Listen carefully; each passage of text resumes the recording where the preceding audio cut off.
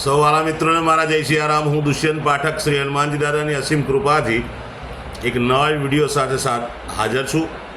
ગઈકાલે મારાથી મંગળવારનો વિડીયો નહોતો બનાવ્યો। હું આજે મંગળવાર અને તારીખ 21/6નો વિડીયો બનાવવા જઈ રહ્યો છું।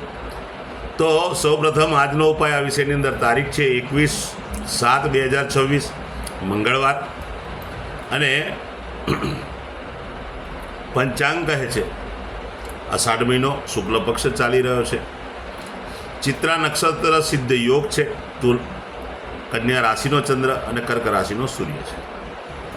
અશુભ સમયની વાત કરીએ તો યમઘંટ આજે સવારે 9:14 10:53 સુધી અને રાહુકાળ બપોરે 3:53 5:33 સુધી છે। આ બંને અશુભ સમય કહેવાય।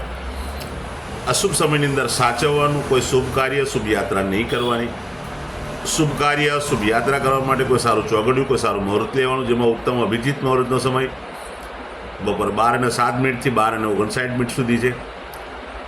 આ સમયની અંદર તમે કોઈ પણ શુભ કાર્ય શુભ યાત્રાની શરૂઆત કરી શકો।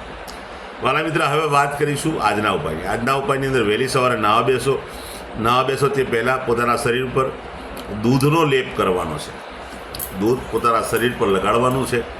ત્યાર પછી ચોખ્ખા પાણીથી સ્નાન કરવાનું। સાબુ શેમ્પૂનો ઉપયોગ પણ કરી શકાય। સ્નાન થઈ ગયા પછી તમારે વસ્ત્ર પહેર્યા પછી એક સફેદ કાગળની અંદર અડધી ચમચી જેટલું સિંદૂર લેવાનું, પડીકી વારવાની, પોતાના પોકેટમાં 24 કલાક માટે રાખવાની। બીજા દિવસે વહેલી સવારે પીપળાના ઝાડના મૂળમાં અથવા કોઈ પણ દેવ મંદિરે જઈને પડીકી મૂકી આવવાની। ત્યાર પછી સીધું સંધ્યાકાળે પશ્ચિમ દિશા તરફનું મુખ રાખવાનું। શ્રી હનુમાનજી દાદા એક કાગભૂષણની રામાયણજીનો પાઠ, એક હનુમાન ચાલીસાનો પાઠ અને સમયની અનુકૂળતા હોય તો સુંદરકાંડનો પાઠ દાદાને અર્પણ કરો। બસ આટલું જ કાર્ય છે। રાત્રે સૂતા પહેલાં પોતાની જ પથારીમાં બેસવાનું, પલાઠી વાળવાની। ઓમ કૃષ્ણાય વાસુદેવાય હરે પરમાત્મને પ્રણતક્લેશ નાશાય ગોવિંદાય નમઃ આ મંત્ર યથાશક્તિ જપવાનો। ઉપાય પૂર્ણ થઈ ગયો। જે મારા વાલા મિત્રનો જન્મ આજે 21/7/2026ના રોજ છે તે બધાને સૌપ્રથમ તો જન્મદિવસની શુભકામના। શ્રી હનુમાનજી દાદા તમારી મનોકામના પૂર્ણ કરે, તમને બળ બુદ્ધિને વિદ્યા આપે, તમારું અને તમારા પરિવારનું રક્ષણ કરે। વાલા મિત્રો, ઉપાયના ભાગરૂપે મેં કહ્યું તે પ્રમાણે તમારે સ્નાન કરવાનું છે। પછી ગૌશાળાએ જવાનું।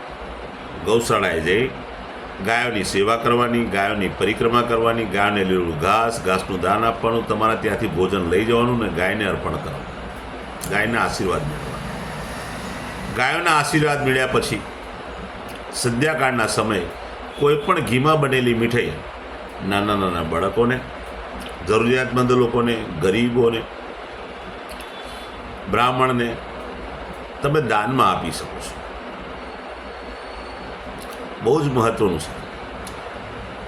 બીજું, આજના દિવસ નિમિત્તે કોઈ જરૂરિયાતમંદ વ્યક્તિને તમે જમાડશો તો પણ બહુ જ સારું પરિણામ મળશે। આટલી પ્રાર્થના છે। એને જમાડો, એને ફળ દાન કરો તો પણ બહુ સારું પરિણામ પ્રાપ્ત થશે। જેની મેરેજ એનિવર્સરી 21/7/2026 મંગળવારના દિવસે બધા જ વાલા મિત્રોએ સવારે સ્નાન કરી વડીલોના ચરણ સ્પર્શ કરી આશીર્વાદ મેળવવાના। ગૌશાળાએ જવાનું।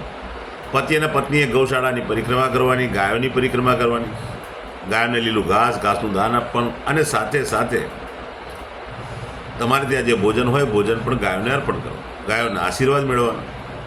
સંધ્યાકાળે કોઈ પણ વૃદ્ધાશ્રમ, અનાથાશ્રમ, વિધવા આશ્રમ, જરૂરિયાતમંદ, ગરીબ, શ્રમિકો, બ્રાહ્મણો એને તમારે યથાશક્તિ અનાજનું દાન આપવાનું છે। અનાજની અંદર તમે ઘઉં આપી શકો, ગોળ આપી શકો, કપડ પણ આપી શકો, રોકડ રકમ પણ આપી શકો। બસ આટલું કરી લો, ઉત્તમ પરિણામ આખું વર્ષ મળશે। મારા બધા વિડીયો યુટ્યુબ પર હોય છે। મારી ચેનલનું નામ છે દુષ્યંત પાઠક। મારી ચેનલને સબસ્ક્રાઈબ કરો, બેલ આઇકન અવશ્ય દબાવો। હું નિયમિત એક વિડીયો મૂકું છું। તમે જો બેલ આઇકન દબાયેલો હશે તો તરત જ તમારા મોબાઈલ ઉપર નોટિફિકેશન આવશે અને તમે મારા વિડીયોને તરત જ જોઈ શકશો। મારું ઇન્સ્ટાગ્રામ, મારું ફેસબુકનું પેજ એ પણ દુષ્યંત પાઠકના નામથી જ છે. મારા પેજને ફોલો કરો, લાઈક કરો અને મારા બધા વિડીયોને શેર અવશ્ય કરજો. કોઈ સંઘર્ષમાં ફસાયેલા વ્યક્તિ સુધી આ વિડીયો પહોંચી જાય, બસ મારું એટલું લક્ષ્ય છે.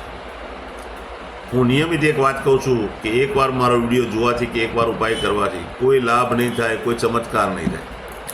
નિયમિત મારા વિડીયો જોશો, નિયમિત ઉપાય કરશો તો તમારા જીવનમાંથી સંઘર્ષ, દુઃખ, પીડા, ચિંતા, ટેન્શન ઓછું થશે, કર્જ ઓછું થઈ જશે.